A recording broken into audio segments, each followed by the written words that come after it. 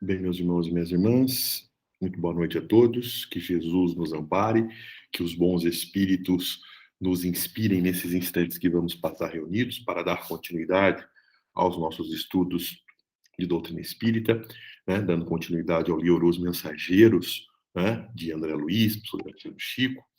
Nós vamos, então, terminando o livro, né, fechando o livro, os capítulos, né, finalzinho do livro, né, nós vamos falar do capítulo 48 e o capítulo 49. Então, na quinta-feira ele deve terminar, né, o capítulo 50 e o capítulo 51. Mas hoje nós vamos, então, concluir o estudo 48, 40, dos capítulos 48 e 49. Tá certo? Então, vamos fazer a nossa prece, levar o nosso pensamento a Jesus, nosso divino mestre, trazer em nossa tela mental a lembrança de um Jesus vivo, luminoso, envolvendo nossas mentes e os nossos corações. E assim, Senhor Jesus, mais uma vez nos encontramos reunidos em Teu nome, rogando o amparo da espiritualidade amiga, a fim de que possam nos intuir, nos amparar nesses instantes que vamos passar reunidos, para estudar um pouco mais sobre a doutrina espírita, o livro Os Mensageiros, que possamos compreender, mestre, e que nossa reunião possa se estabelecer num clima de muita paz e de muito entendimento, que assim seja, graças a Deus. Muito bom. Então, eu vou projetar aqui o livro, né, para a gente poder acompanhar a leitura juntos. Deixa eu ver aqui.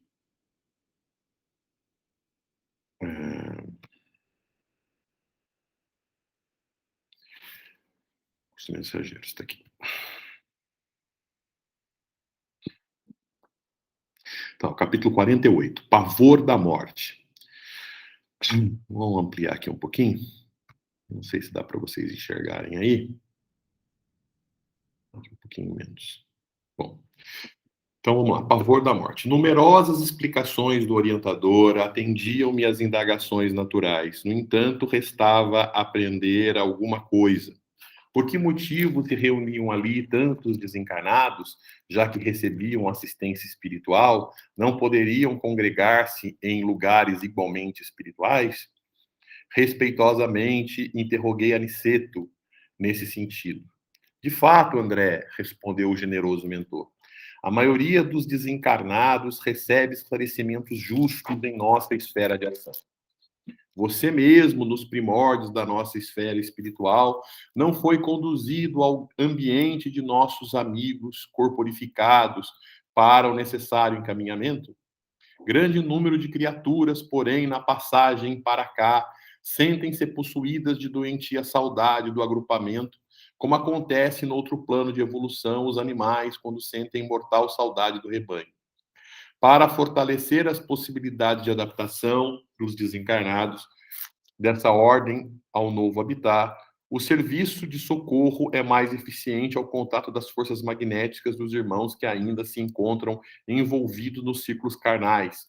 Esta sala, em momentos como este, funciona como grande incubadora de energia psíquica para os serviços de aclimação de certas organizações espirituais à vida nova. Né? Então, gente, veja como é que a coisa está se estabelecendo aqui, né? O André Luiz ele tem uma dúvida, é bom a gente retomar, né? Quer dizer, eles estão lá na casa de Isabel, né? Onde que é isso, né? É um pequeno centro espírita, né? Onde Isabel é médium, ela recebe espíritos receitistas, né? E os espíritos receitam remédios, né? Receitam medicamentos para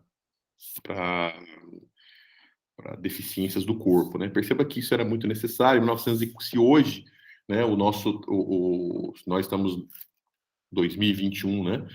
Então, hoje em dia, o sistema de saúde já tem as suas deficiências, mas já está bem avançado. O livro, né, Os Mensageiros, é de 1940, 1942, né? Então, perceba que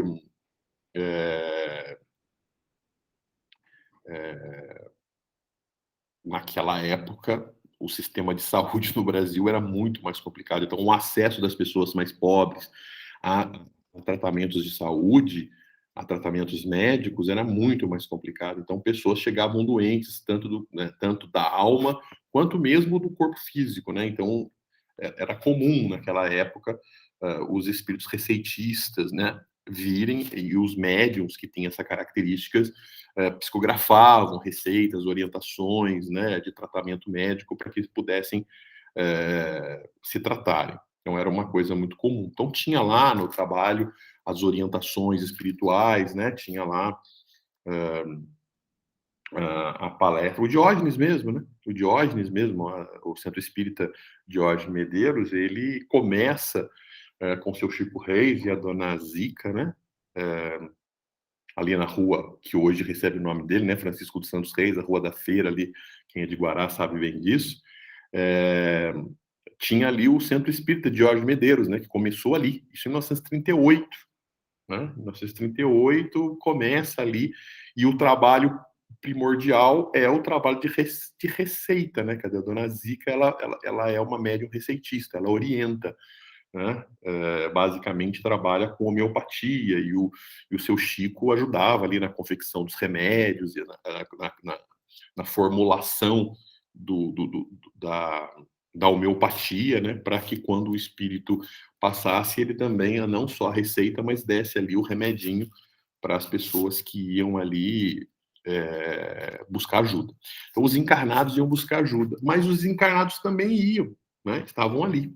E aí o André Luiz pergunta, né, por que os encarnados vão, né? Por que os desencarnados vão? Ali é para os encarnados. Por que os desencarnados ali estão? Essa era uma dúvida que ele tinha. E o que os espíritos, e o que o Aniceto responde é que quando você desencarna, né, quando a gente desencarna, as nossas vibrações nem sempre elas nos permitem compactar com a espiritualidade, a nossa consciência, o nosso psiquismo, ele está muito voltado às questões terra-terra. Nós estamos num condicionamento. Veja, a gente está aqui 60, 70, 80 anos vivenciando as questões materiais, então a gente está muito vinculado às questões materiais, a gente está muito vinculado às questões da vida física. E é exatamente por isso que a gente está muito, né, sob esse condicionamento, está muito sob a influência das questões materiais. Então, quando a gente desencarna, a gente não consegue, né, os espíritos mais atrasados, os espíritos com menos evolução espiritual, eles não conseguem se desligar completamente do plano físico, eles não têm as orientações, eles continuam ainda vinculados aos desejos materiais, às necessidades materiais, acostumados que estão às questões materiais. Né? O seu perispírito ainda está muito envolto de energia grosseira, e ele ainda, né, muitos ainda não sabem nem que desencarnaram, né? O Chico costumava dizer que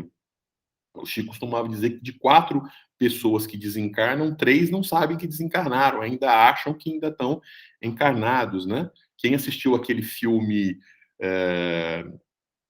Os Outros, né? Vai saber bem disso, né? Vai ver lá que durante todo o filme, eu não quero dar spoiler aí para quem não assistiu, né? Mas se você assistiu o filme, você vai ver que muitos espíritos desencarnados não têm noção que desencarnaram, pensam que estão encarnados, na verdade estão desencarnados, né? Então, é o que acontece com esses espíritos. Então, esses espíritos, eles são levados, num primeiro momento, nesse lugar de tratamento, para receberem orientações, para receberem determinados direcionamentos, para receberem tratamentos. Mas por que tratamentos? Né? Desencarnaram, quem estava doente era o corpo físico, não é o espírito. Quer dizer, quando o corpo baixa a sepultura, por que o espírito ainda se vê doente? Porque como ele ainda ele se vê encarnado, no final da vida, ele se sentia doente, o corpo estava doente. Então, o corpo exercia uma ilusão, exercia um condicionamento, né, muito forte sobre ele, onde ele se confunde com o seu próprio corpo. Né? Então, nós nos identificamos através do nosso corpo. Nós olhamos todos os dias no espelho e nos enxergamos e nos vemos. Então, o nosso corpo é uma referência de quem nós somos. né? Então, nós somos aquilo que sentimos, nós somos aquilo que vemos, nós somos aquilo que o nosso corpo reflete. Então, para nós, né? Então, o corpo ele tem uma influência muito grande. Quando o corpo passa a sepultura, o espírito ainda está muito apegado às questões materiais, e quando o corpo, né, nos oferece a questão da doença, o espírito ele não chega no mundo espiritual completamente livre da doença. Sua mente ainda vibra na faixa da doença. E ele se sente doente, ele se sente fraco, ele ainda sente os sintomas ainda muito vinculados aos aspectos da doença, né? Então, esse espírito precisa continuar sendo tratado. Então, o seu perispírito, o seu corpo espiritual, ele ainda é envolto com essas vibrações. Porque lembra, o corpo perispiritual é formado de fluidos. Os fluidos, eles modificam as suas características e as suas propriedades a partir da ação do pensamento. Então, assim como nós podemos pegar a matéria e manipular a matéria e dar propriedades à matéria, né? Junta determinados componentes, né? E a gente produz um aparelho, né? Um aparelho celular. Então, essa matéria aqui, ela é um elemento material que, quando a gente juntou e combinou sob determinados aspectos, ela foi capaz de realizar uma determinada função, né? Porque eu organizei, eu estruturei a matéria para ter um determinado comportamento. Da mesma forma, no mundo espiritual, a gente tem acesso a essa matéria. Da mesma forma que a gente tem a matéria grosseira e a gente combina e produz materiais aqui, objetos, elementos que nos atendem às necessidades físicas, no mundo espiritual, a gente também tem acesso à matéria. A diferença é que a gente pode até achar que está manipulando com as mãos também, mas, na verdade, a gente está manipulando com o pensamento. Isso aqui também, né?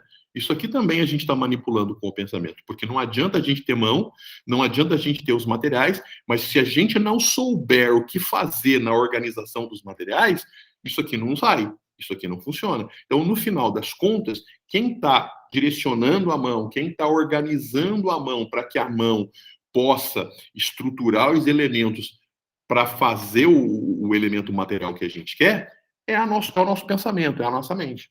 Então,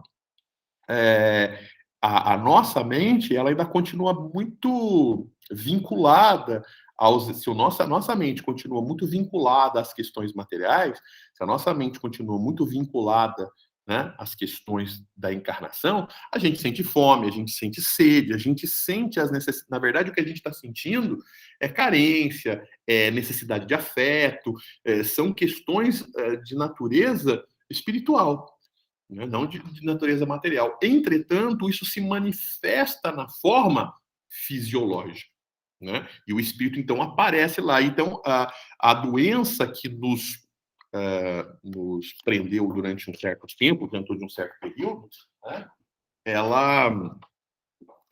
ela, de alguma forma, de alguma maneira, ela toma conta da nossa mente e a gente ainda se sente doente, se sente, né? Então, mesmo fora do corpo, o nosso pensamento age sobre os fluidos do perispírito e afetam o perispírito. E o perispírito é o órgão de sensação, né? Então, o espírito, ele sente, então fica um ciclo vicioso, porque ele se sente mal, imprime isso no perispírito, o perispírito gera sensações que passam isso para o espírito, que prende ele no pensamento do mal-estar e ele fica preso naquele processo. Então, quando ele vai à casa espírita, ele recebe o tratamento do passe, ele recebe o tratamento magnético, né, que é explicado aí pelo aniceto, né, que na verdade é o passe, né, que são as energias no perispírito, né? Ele vai recebendo a palavra, ele vai recebendo lá os ensinamentos evangélicos, ele vai recebendo os ensinamentos espirituais sobre perispírito, sobre desencarne, sobre desvinculação, e devagar o espírito então vai se convencendo, vai compreendendo, vai entendendo e vai se desligando. Então, mas por que isso não é feito no mundo espiritual? Porque nem sempre o espírito tem condição, né, de perceber o mundo espiritual. Ele é tão grosseiro, ele é tão terra-terra, que mesmo desencarnado, ele não consegue perceber a ação dos espíritos. Ele precisa perceber a ação desses espíritos pela mediação de um encarnado, pelo médium, porque ele está tão apegado ao médium que ele precisa, dos encarnados, que ele precisa de um encarnado para auxiliar nesse processo. Daí a resposta que o Aniceto dá pro André Luiz. Tá certo? Mas vamos continuar aqui a nossa a nossa leitura, né?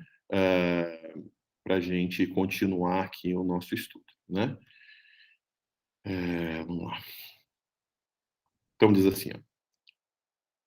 E designando a grande assembleia de necessitados, continuou. Os irmãos, nas condições a que me refiro, ouvem a voz, consolam-se com auxílio, mas o calor humano está cheio de um magnetismo de teor mais significativo para eles.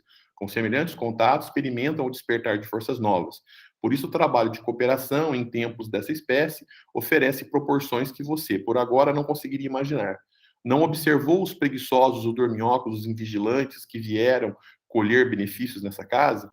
Pois eles também deram alguma coisa de si, deram calor magnético, radiações vitais, proveitosas aos benfeitores desse santuário doméstico, que manipulam os elementos dessa natureza, distribuindo em valiosas combinações fluídicas as entidades combalidas e inadaptadas.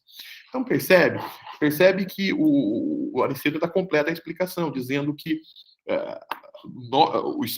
os espíritos desencarnados, eles ainda sentem, por serem muito atrasados, por serem ainda muito inferiores, esses espíritos, eles ficam ligados a esse mundo encarnado, eles não acessam a questão do mundo espiritual. Eles têm a necessidade, eles vão ao trabalho, eles ficam na família, eles ficam na casa, eles têm essa necessidade, e eles se alimentam, né, eles sentem fome, eles sentem sede, eles sentem... E como eles não têm estômago para se alimentar e tudo mais, como é que eles se sentem alimentados? Como é que eles se sentem energizados? Pela combinação do fluido do perispírito dele com o perispírito daqueles encarnados. Então, a combinação fluídica faz com que eles sintam as emoções dos encarnados quando comem, eles sentem as vibrações dos encarnados enquanto bebem, eles sentem as vibrações dos encarnados quando felizes, quando irritados, e isso faz com que eles sintam essas emoções também. Então, essas combinações fluídicas trazem contribuições. Então, o problema é que no dia a dia eles recebem tanto as vibrações ruins quanto as vibrações negativas, na maioria das vezes negativas, porque no nosso dia, dominado pelas questões materiais, a gente muitas das vezes não consegue elevar o nosso pensamento, não consegue trazer grandes contribuições.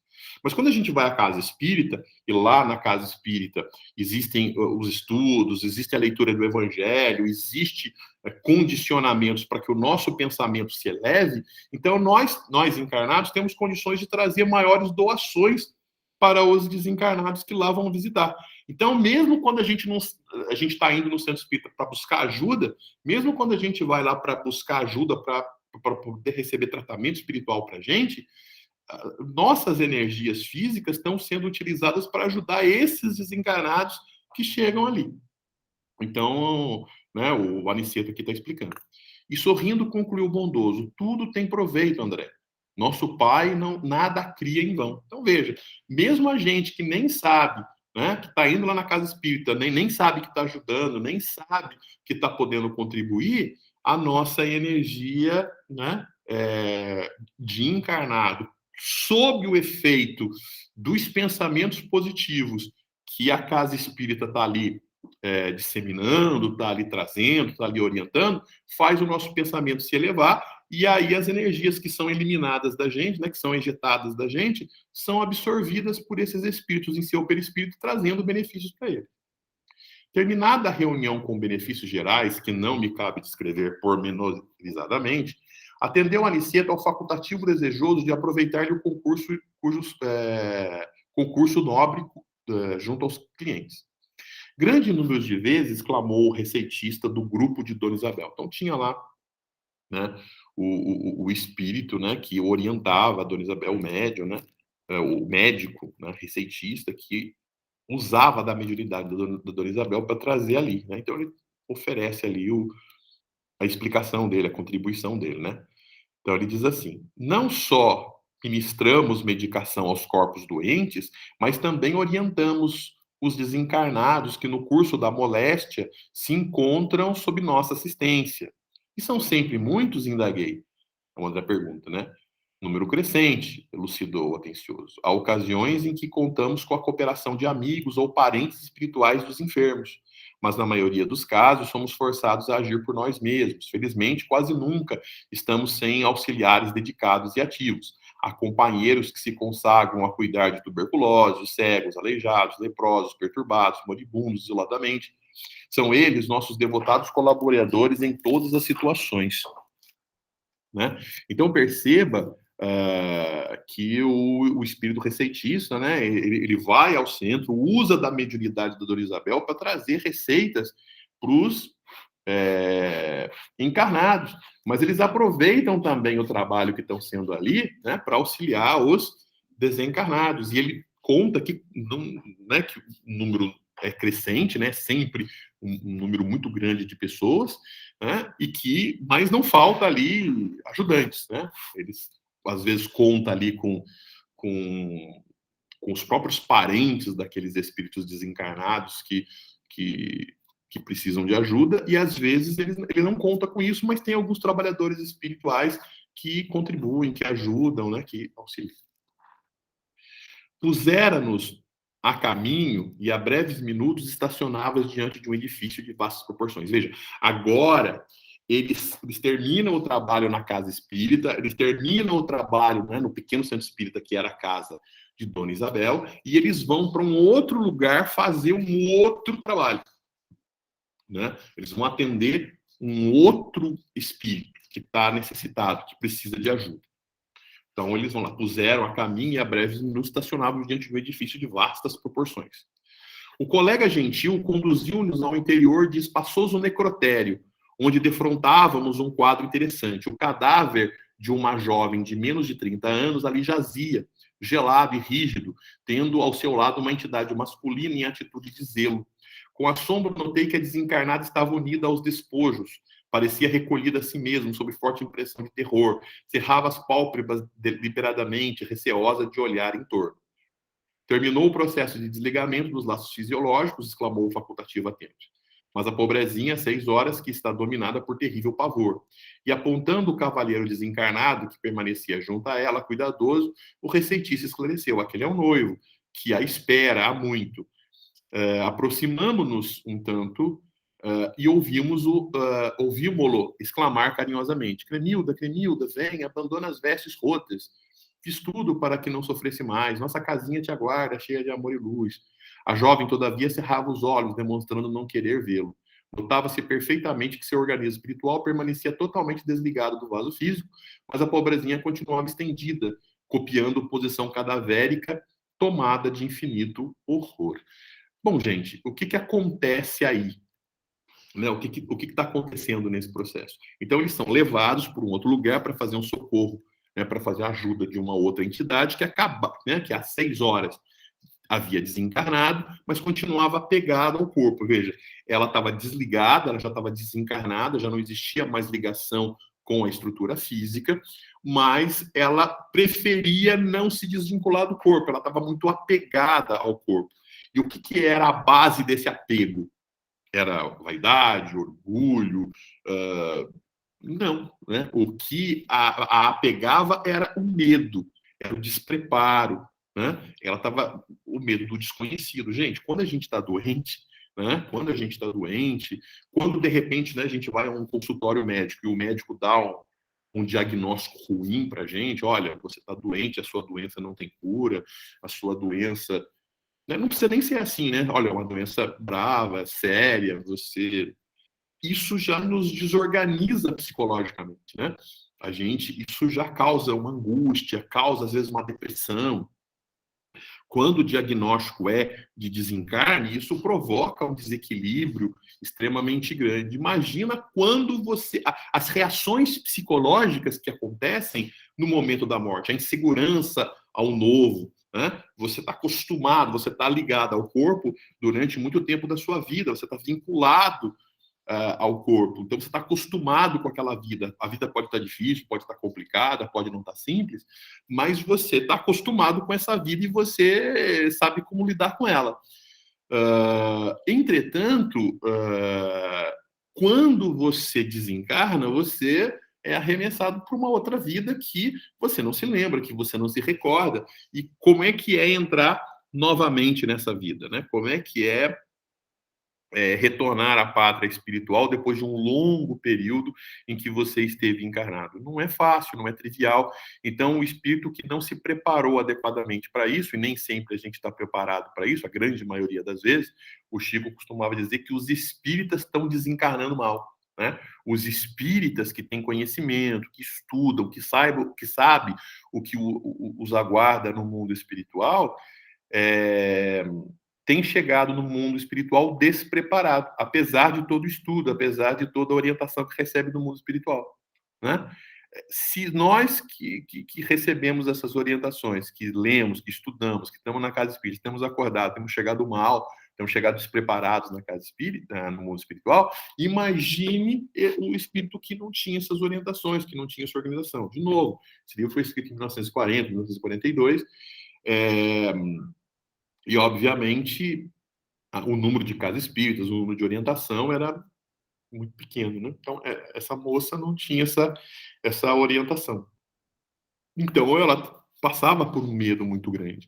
Então, quando ela fora, quem é que veio a recebê-la? Quem veio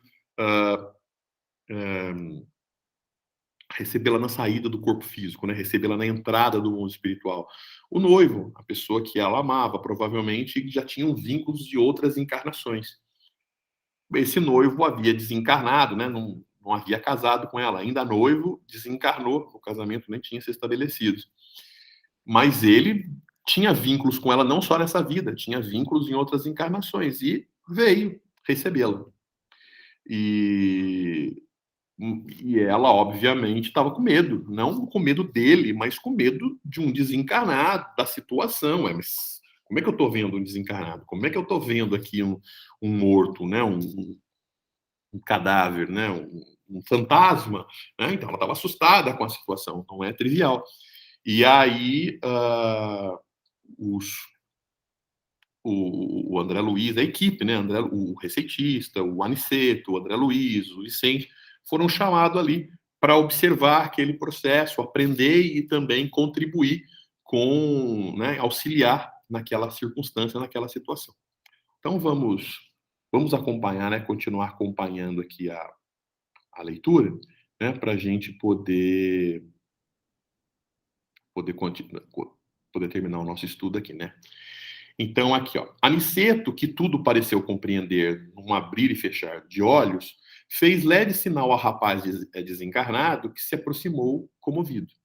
É preciso atendê-la de outro modo, disse o nosso orientador resoluto, né? Ele falou para o noivo, né? Vejo que a pobrezinha não dormiu no desprendimento e mostra-se amedrontada por falta de preparação espiritual. Não convém que o amigo se apresente a ela, já já. Não obstante o amor que lhe consagra, ela não poderia revê-lo sem terrível comoção, nesse instante em que a mente flutua sem rumo. Sim, considerou ele tristemente, às 6 horas chamo-a sem cessar, identificando-lhe o terror. Redarguiu Aniceto Conselheiral. A ausência de preparação religiosa, meu irmão, ela dormirá. Porém, e tão logo consiga repouso, entregá-la-emos aos seus cuidados. Por enquanto, conserve-se a alguma distância.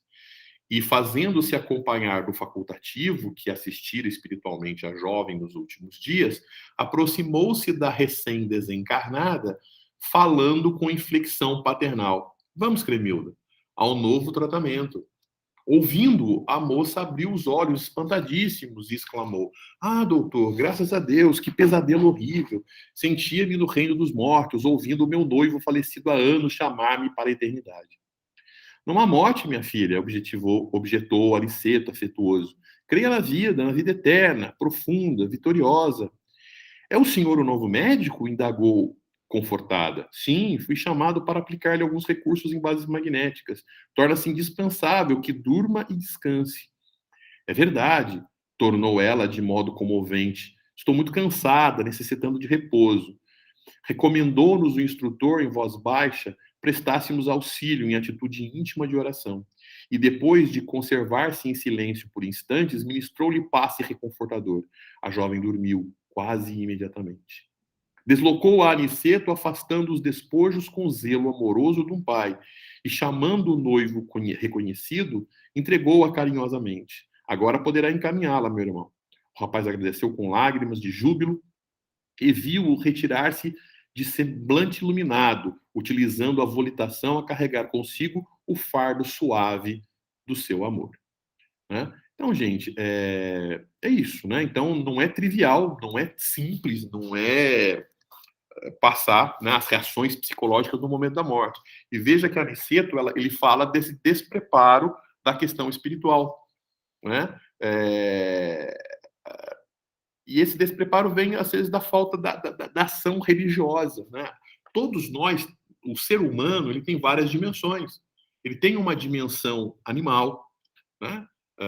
O nosso organismo funciona na estrutura animal. É por isso que a gente tem que se alimentar, é por isso que a gente tem que fazer as higienes, é por isso que a gente tem que se abrigar, né? O tempo muda de temperatura, a temperatura cai, você tem que usar roupas mais grossas, você se abriga numa casa, né, contra as intempéries, contra a chuva, porque o nosso corpo é um funcionamento animal e ele tem necessidades, assim como os animais têm de se alimentar, assim como os animais têm de se abrigar, assim como os animais têm para se proteger, o nosso corpo, na dimensão animal, tem que receber esses recursos.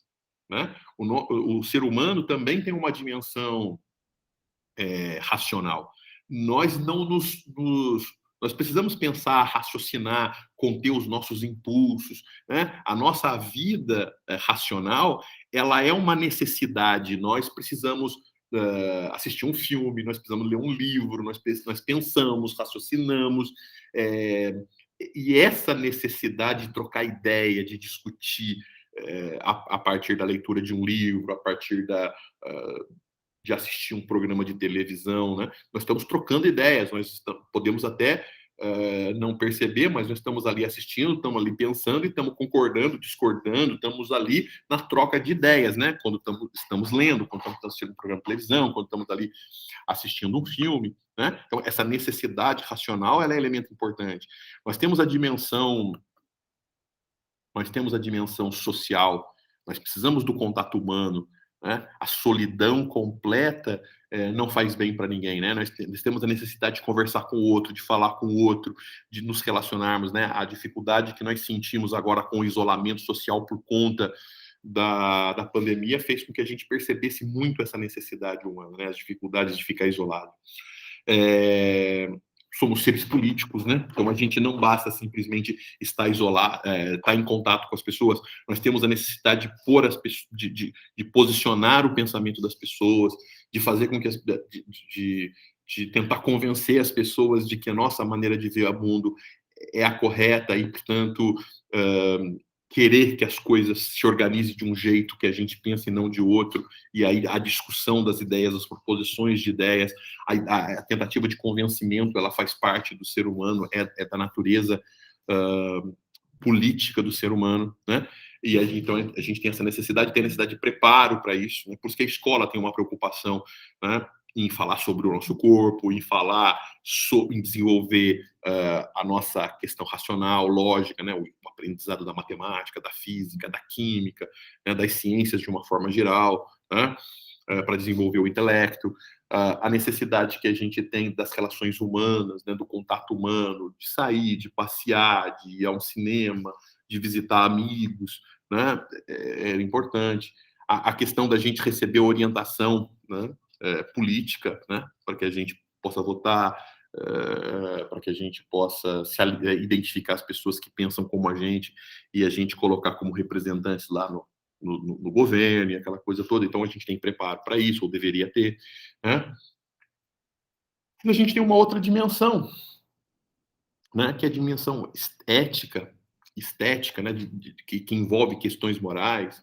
A gente é um ser finito, né, que a gente vai desencarnar e, portanto, a gente tem uma dimensão de espiritualidade, né, de pensar de que a nossa finitude ela é física, mas existe uma infinitude que é a questão espiritual.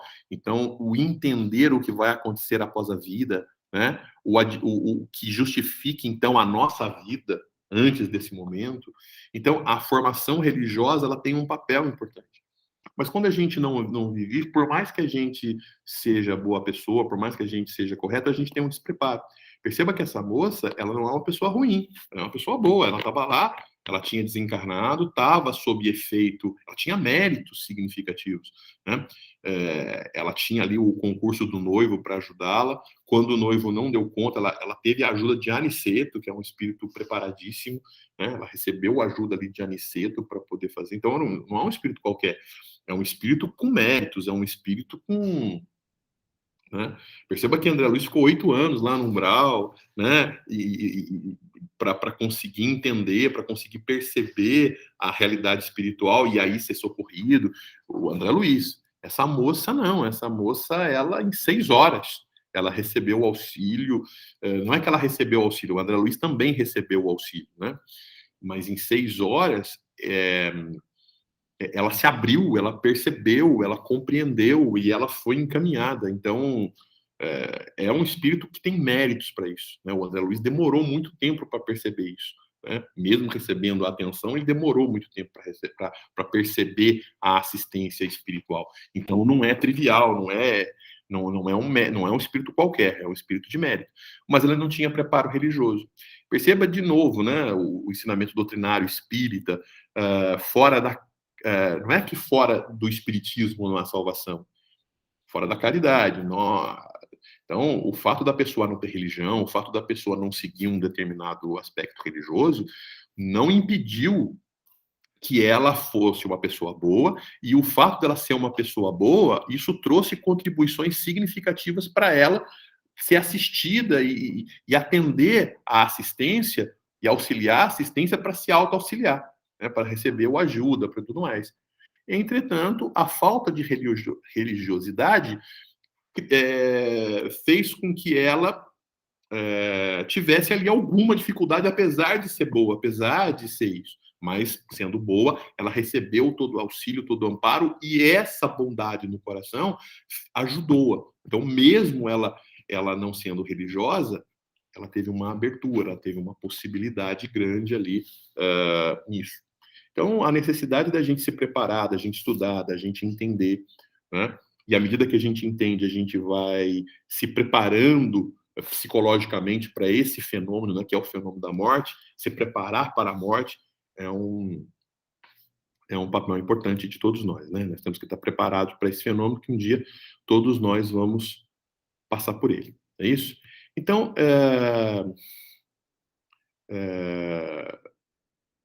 Aniceto continua aqui. E desejoso, talvez de consubstanciar a síntese da lição, rematou. Como vem, a ideia da morte não serve para aliviar, curar ou edificar verdadeiramente. É necessário difundir a ideia da vida vitoriosa. Aliás, o Evangelho já nos ensina há muitos séculos que Deus não é Deus de mortos, e sim Pai das criaturas que vivem para sempre.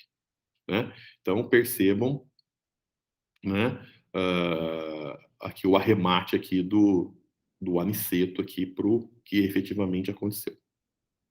Tem uma frase aqui do Aniceto que eu queria, acho que eu pulei aqui, né? Nosso mentor fixou um gesto expressivo e falou: pela bondade natural do coração e pelo espontâneo cultivo da virtude, não precisará ela de provas purgatoriais. É de lamentar, contudo, não se tivesse preparado na educação religiosa dos pensamentos. Em breve, porém, ter-se-á adaptado à vida nova. Os bons não encontram obstáculos insuperáveis. Então, veja, né? Uma boa pessoa, uma pessoa que não teve a educação religiosa, e isso teve um impacto lá no desencarne dela, naquele medo, naquela reação psicológica no mundo espiritual, mas ela foi uma pessoa boa, ela não é uma pessoa que passará, né, pelas provas purgatoriais lá por aquela situação terrível que o André Luiz passou antes de ser atendido em nosso lar. Ele passou lá no umbral, aquela situação horrível, né? De crises existenciais e tudo mais, né? Apesar de não ser uma má pessoa, o André Luiz já tinha um certo preparo. Perceba aqui como essa moça aqui, né? Ela em 6 horas, né? O André Luiz, 8 anos. Ela em 6 horas recebeu ajuda. E aí os bons não encontram obstáculos insuperáveis. Muito bem. Vamos então para o capítulo 49, né? A máquina divina. Não se passaram muitos minutos e estávamos ao lado do agonizante, cuja situação preocupava o clínico espiritual. Bom, agora eles estão num outro trabalho, né? Eles estão numa outra condição, né? Eles estão acompanhando um desencarne que vai acontecer, né? Era um cavalheiro de 60 anos, presumíveis, que a leucemia aniquilava aos poucos, né? Morosamente. Há muitos dias se encontrava em coma, explicou o facultativo, mas temos a necessidade de mais forte auxílio magnético para facilitar o desprendimento. Então, nesse caso, ele não está desprendido. Perceba que no caso daquela moça, né, que entenderam, a Cremilda, que estava ali sendo atendida pelo noivo, ela estava desprendida. Agora não. Agora ele está preso ainda ao corpo, ele está encarnado ainda e está num processo de desencarnação. Num aposento, além de duas senhoras desencarnadas, a mãe do agonizante e uma parenta próxima viam-se familiares encarnados, dando mostras de grande aflição. Então, no aposento tinha lá os encarnados, né, os parentes encarnados, mas tinham também, né, dois espíritos desencarnados, né? A mãe do agonizante e uma parente próxima, que já haviam desencarnado, mas estavam ali para assistir o que estava desencarnando. Nosso orientador, né, Niceto, examinou o enfermo detidamente e sentenciou: nada resta senão a necessidade do concurso para o desligamento final. Ou seja, não tinha jeito, né? Ele ia desencarnar, né? Aniceto, a seguir, recomendou observássemos o moribundo com atenção. Então, agora, Aniceto pede para que André Luiz e Vicente prestem atenção, eles eram médicos, quando estavam encarnados, para aprenderem um pouco, para entender o que estava acontecendo. Por quê? Porque não havia mais possibilidade de reverter a desencarnação. Ele desencarnaria. Não tinha nenhum efeito que os espíritos bons pudessem fazer para ajudá-lo a se manter vivo. Ele ia desencarnar e eles iam ajudar nesse processo ali. Então, Aniceto pede para que eles também, né, que André Luiz aprenda com o processo. Concentrando todas as minhas possibilidades, fixei o enfermo prestes a desencarnar. Então, André Luiz falando, né? Então, ele prestou bem atenção para ver o que estava acontecendo. Notei com minúcias que a alma se retirava lentamente através de pontos orgânicos isolados, né? Assombrado, verifiquei que, bem no centro do crânio, havia um foco de luz mortiço, né? Baço, embaçado. Candelabro aceso a ondulações brandas do vento, né? Ou seja, muito, muito fraquinho, né? Enchia toda a região encefálica, despertando-me profunda admiração. Era uma luz que estava na base do crânio e que estava ali se apagando, né? Estava embaçado. A luz que você observa, disse um instrutor amigo, é a mente, para cuja definição essencial não temos agora conceituação humana. É a mente, é a relação espírito-corpo. Então, uma relação espírito-corpo se estabelece na mente, né? E a mente estava se apagando, ou seja, a vinculação, a manifestação do espírito no corpo estava se apagando, estava desaparecendo, né? A mente já não conseguia mais, o espírito já não conseguia mais total controle sobre o corpo. Então, a mente, que é esse processo de vinculação espírito-corpo, já não tinha mais as mesmas forças, estava se apagando aos poucos. Notando minha estranheza, Aniceto colocou-me a destra, né, a mão direita, na fronte, transmitindo-me vigoroso influxo magnético e acentuou. Então, o Aniceto colocou a mão na fronte do André Luiz e promoveu um influxo magnético, né? Ou seja, ele produziu ali uma combinação fluídica. Então, quando você é médium, na mediunidade, o que acontece? O médium recebe a combinação fluídica no seu perispírito, ele combina os fluidos do seu perispírito com o perispírito do espírito comunicante. E quando essa combinação se dá, o médium sente no seu perispírito aquilo que o espírito está sentindo no perispírito dele, né? E ele passa a comunicar aquela sensação. Agora, o Aniceto faz algo parecido. O Aniceto promove uma combinação fluídica que gera um influxo magnético que produz no André Luiz uma sensação, uma percepção que o Aniceto conseguia perceber. Então, o Aniceto, num nível evolutivo, conseguia enxergar algumas coisas, conseguiam perceber algumas coisas que o André Luiz não percebia por falta de atenção, por falta de detalhamento. E aí o André, o Aniceto intensifica a combinação fluídica para ampliar as possibilidades de observação do André Luiz. Notando a minha estranheza, Aniceto colocou a destra na fronte, transmitindo vigoroso influxo magnético, acentuou: repare a máquina divina do homem, o corpo, né? O tabernáculo sagrado que o Senhor permitiu que se formasse na terra para a sublime formação temporária, para a habitação temporária do Espírito. Agora, André, não está você diante de uma demonstração anatômica da ciência terrestre, examinando carne morta e músculos enrijecidos. Observa agora. O olho mortal não poderá contemplar o que encontra à sua vista nesse instante. O microscópio é ainda pobre, não obstante representar uma nobre conquista para a limitada visão humana. A cooperação magnética do querido mentor modificava a cena, e fui compelido a concentrar todas as minhas energias a fim de não inutilizar a observação pelo golpe do espanto. Então, o Aniceto deu ali uma combinação fluídica que ampliou as possibilidades de percepção do André Luiz, e o André Luiz começou a ver o funcionamento do corpo de uma forma que nem o microscópio humano, quando ele foi estudante de medicina e quando foi médico aqui na Terra, ele conseguiria observar. A luz mental, embora fosca, né, a mente, tornara-se mais nítida para o André. E o corpo do moribundo agigantou-se, ampliou-se, oferecendo-me um espetáculo surpreendente aos olhos ansiosos. Aconteceu um zoom, né? Deu um zoom na imagem. Parecia-me um corpo, agora, maravilhosa usina nos mais íntimos detalhes. O quadro científico era simplesmente estupefativo, né? Espantoso. Identificava em grandes proporções que os 9 sistemas de órgãos da máquina humana, né? A estrutura óssea, a musculatura, a circulação sanguínea, a purificação do sangue, né, pelo pulmão e pelos rins, o sistema linfático, o sistema digestório, o sistema nervoso, as glândulas hormonais, né, e os órgãos dos sentidos, né? Então esses nove sistemas, né, da máquina humana. O arcabouço ósseo, a musculatura, a circulação sanguínea, o aparelho de purificação do sangue, né? Todos esses elementos. Tal revelação histológica, né, das células era diferente de tudo que eu poderia sonhar nos meus trabalhos de medicina.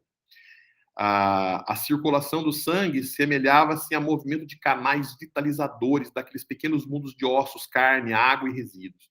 Milhões de organismos microscópicos iam e vinham na corrente empobrecida de glóbulos vermelhos. Ele estava com leucemia, né? Então, a leucemia fazia com que a doença não deixava o corpo, então, produzir glóbulos vermelhos, glóbulos brancos, defesas para o próprio corpo, né? E aí o corpo, então, estava perecendo. Presenciava-se passagens de formas esquisitas à maneira de minúsculas embarcações carregadas de bactérias mortíferas. Elementos maiores da flora microbiana transformavam-se em pequeninos barcos, hospedando feras minúsculas a centenas.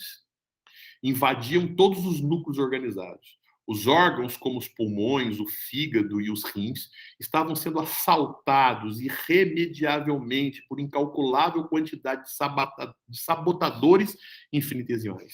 E à medida que se consolidavam os micróbios invasores de determinadas regiões celulares, alguma coisa se destacava lentamente da zona atacada, como se um molde sempre novo fosse expulso da forma gasta e envelhecida.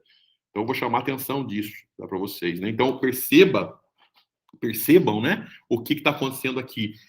Como ele não produzia as defesas mais para o corpo humano, né, o cérebro já não obedecia mais os comandos do espírito, porque a mente, né, o vínculo entre corpo físico e espírito já estava se desfazendo, já estava enfraquecendo, então o espírito já não tinha mais controle do processo pela doença, ele não conseguia fortificar os processos de defesa.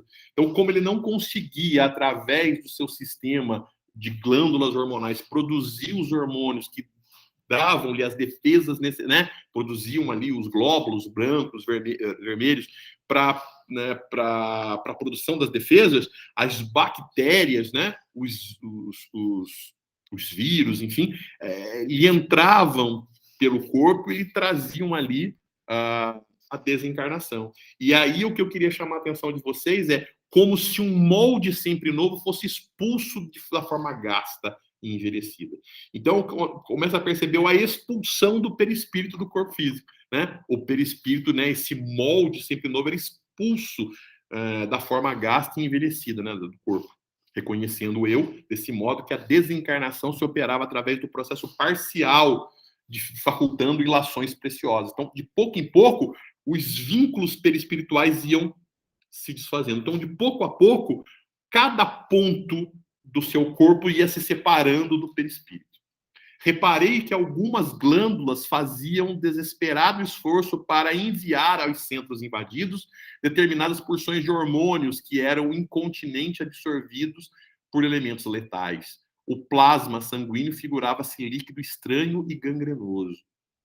Pela excessiva movimentação de onda mental, observei que o moribundo tentava readquirir a direção dos fenômenos orgânicos, mas em vão. Todos os complexos celulares atritavam entre si e as bactérias pareciam gozar do direito de multiplicação crescente e festiva. Está vendo a máquina divina formada pelo molde espiritual preexistente? Perguntou Aniceto, compreendendo minha profunda admiração. O corpo do homem encarnado é tabernáculo e uma bênção. Nessa hecatombe angustiosa de uma existência, pode você reparar, todos os movimentos do corpo estão subordinados à administração da mente. O organismo vivo, André, representa uma conquista laboriosa da humanidade terrestre no quadro de concessões do Eterno Pai. Pode você agora identificar os movimentos da matéria viva. Cada órgão é um departamento autônomo na esfera celular, subordinado no pensamento do homem. Então, veja, é o pensamento que organiza tudo. É ele que estrutura tudo, é ele que organiza tudo. Mas não é um pensamento nem sempre consciente, né? Existem determinados processos inconscientes que fazem tudo funcionar. Então, você está dirigindo um carro, por exemplo, né? Às vezes você fica... Não é assim que acontece? Às vezes você se distrai, você fica pensando, eu não deve, né? Mas você se distrai e você fala, nossa, como é que eu cheguei aqui, né? Porque você dirige, você passa a marcha, você pisa na embreagem, você, né? Você coordena o carro através de movimentos involuntários que se estabelecem ali, que já estão treinados, porque estão condicionados, porque você já dirige há um certo tempo, então você faz, mas o seu pensamento está em outro lugar. E aí você, às vezes, tenta lembrar dos vários passos que você deveria ter tomado para poder fazer e não faz porque muito dos movimentos para dirigir o carro foi um movimento inconsciente. O condicionamento da direção fez com que você dirigisse. E você, então, estava desatento a algumas questões. Da mesma forma, a gente pode fazer isso. A gente pode deixar que o nosso corpo funcione por um ato inconsciente, né, dos funcionamentos condicionados da nossa mente. Mas não deveria ser assim como não deveria ser o controle de um automóvel de maneira inconsciente, a organização física também não deveria ser inconsciente. Ele está dizendo isso. Há muita afinidade entre o corpo físico e a máquina moderna, né? São ambos impulsionados pela carga de combustível. Está fazendo uma comparação do corpo com as máquinas modernas. E olha que a máquina moderna é de 1940, né? Existem máquinas mais modernas hoje. Há muita afinidade entre o corpo físico e a máquina moderna. São ambos impulsionados pela carga de combustível, com a diferença de que no homem a combustão química obedece ao senso espiritual que dirige a vida organizada. É na mente que temos o governo dessa usina maravilhosa. Não possuímos aí tão somente o caráter, a razão, a memória, a direção, o equilíbrio, o entendimento, mas também o controle de todos os fenômenos da expressão corpórea. Na sede mental e, consequentemente, no cérebro, temos os registros de distribuição dos princípios vitais aos núcleos celulares, inclusive a água e o açúcar. Os centros metabólicos são grandes oficinas de trabalho incessante. A mente humana, ainda que indefinível pela conceituação científica limitada, na Terra é o centro de toda a manifestação vital do nosso planeta. Cada órgão, cada glândula, meu amigo, integra o quadro de serviço da máquina sublime construída no molde sutil do corpo espiritual preexistente. Por isso mesmo chegará o tempo em que a ciência reconhecerá qualquer abuso do homem como como ofensa causada a si mesmo. A usina humana é repositório de forças elétricas de alto teor construtivo ou destrutivo. Cada célula é minúsculo motor trabalhando ao impulso mental. Então é a mente que controla todo o organismo, cada célula, cada elemento, e ela funciona, às vezes, de maneira mecânica, de maneira porque nós temos determinadas estruturas do pensamento formada, estruturada, condicionada, e o nosso corpo funciona de maneira inconsciente. E de maneira inconsciente, nós trazemos impulsos que são negativos para o nosso corpo, que não são construtivos. Né? Então, nós pensamos mal, nós trazemos negatividade para o nosso organismo, nós odiamos, nós dissentimos, nós ficamos raivosos, né? Nós partimos, às vezes, para as agressões. Então, tudo isso tem descargas emocionais, resultam de descargas emocionais que mentalmente afetam significativamente o nosso corpo e a gente não percebe isso, e isso vai desagregando a harmonia universal e trazendo malefícios para a nossa saúde. E a gente não percebe isso. Então, é como se a gente fosse se aniquilando devagarzinho, é como se a gente fosse se envenenando devagarzinho, e aí a necessidade de a gente tomar consciência desse controle mental para que a gente pudesse trazer mais equilíbrio para o nosso corpo e limitasse ações deletérias, né, doentias para o nosso corpo. Aniceto calou-se por momentos enquanto eu vi aterrado os mais estranhos fenômenos microbianos no corpo do moribundo, volveu ele a palavra educativa. Vemos aqui um irmão, no momento da retirada, reparei a incapacidade dele para governar as células em conflito, a corrente sanguínea transformou-se em veículo de invasores mortíferos que não encontram qualquer fortificação defensiva. Então, muito provavelmente, era uma pessoa que não se preocupava muito em trazer equilíbrio para o corpo, né? E quando ele percebeu que estava numa situação difícil, ele queria ter controle, mas aí já estava havendo uma dissociação do corpo com o espírito, a mente já não tinha a mesma força, e agora ele queria ter esse controle e não conseguia.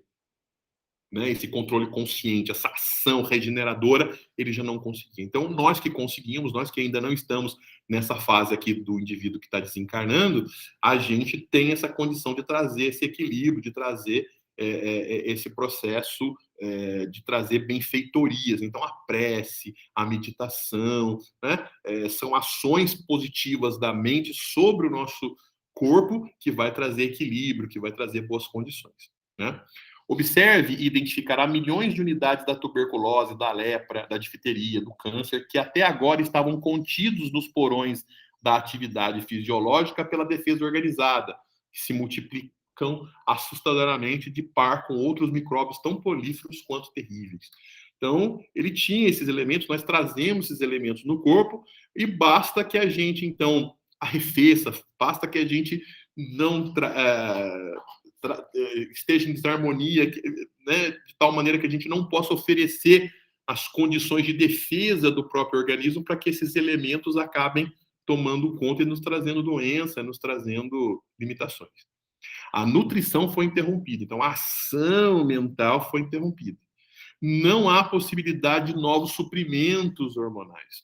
O agonizante retrai-se aos poucos e ainda não abandonou totalmente a carne por falta de educação mental. Ele já podia se desvincular, mas ele não se desvincula porque ele não era uma pessoa, como a gente estava dizendo, uma pessoa que buscava a harmonia, não é uma pessoa que buscava conscientemente esse controle da mente, né, sobre o corpo. Ele deixava a vida correr, né? Era Zeca Pagodinho, né? Com todo respeito ao cantor, só fazendo uma alusão àquela música que ele canta, né? Que é Deixa a vida me levar, a vida leva eu. Né? Ele não exerce esse controle, né? E aí, como ele não exerce esse controle, ele também não exerce o controle desse desligamento para facilitar o desencarne.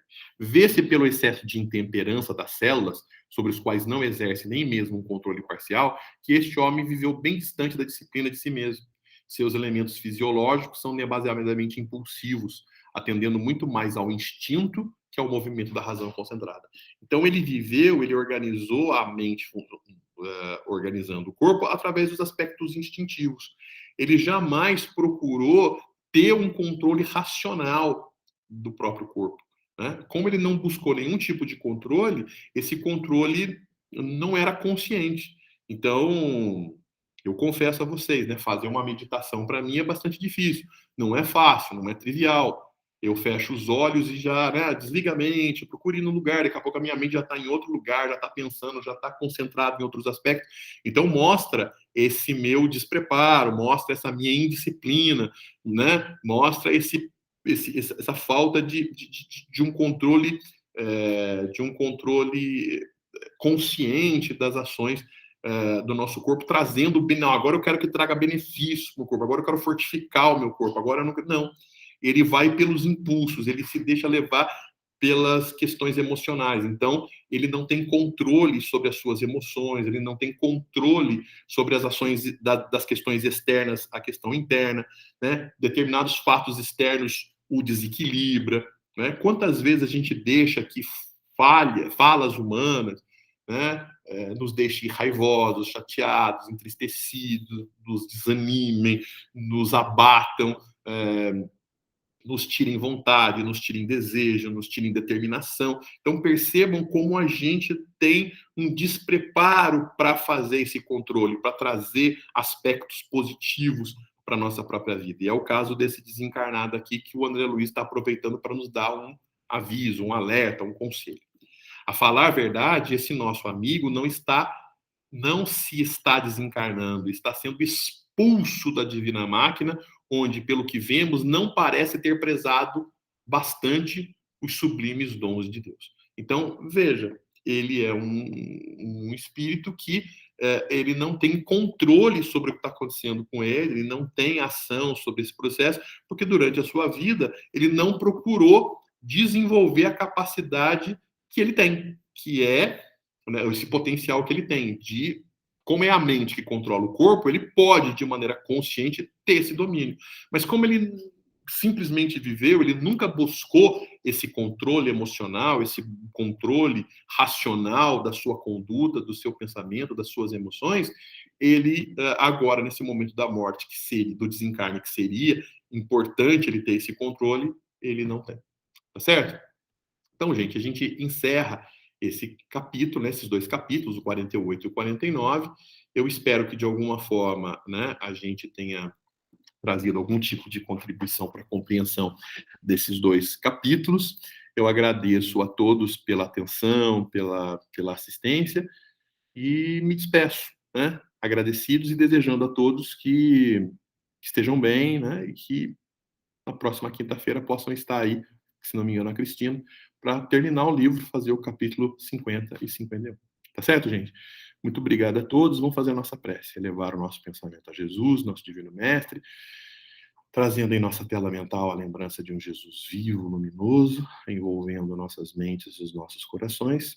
E assim, Senhor Jesus, em teu nome, em nome dos benfeitores espirituais, nós agradecemos e pedimos que as vossas luzes, as vossas bênçãos possam nos envolver hoje e sempre, e que durante toda a semana possamos estar influenciados por essas ideias, por esses ensinamentos, a fim de que possamos evoluir, dar alguns passos a mais nos nossos degraus evolutivos. Em teu nome, Mestre, em nome dos benfeitores espirituais que dirigem e coordenam os trabalhos da Casa Espírita, pedimos permissão para encerrar mais um estudo, que assim seja. Graças a Deus. Boa noite a todos. Muito obrigado.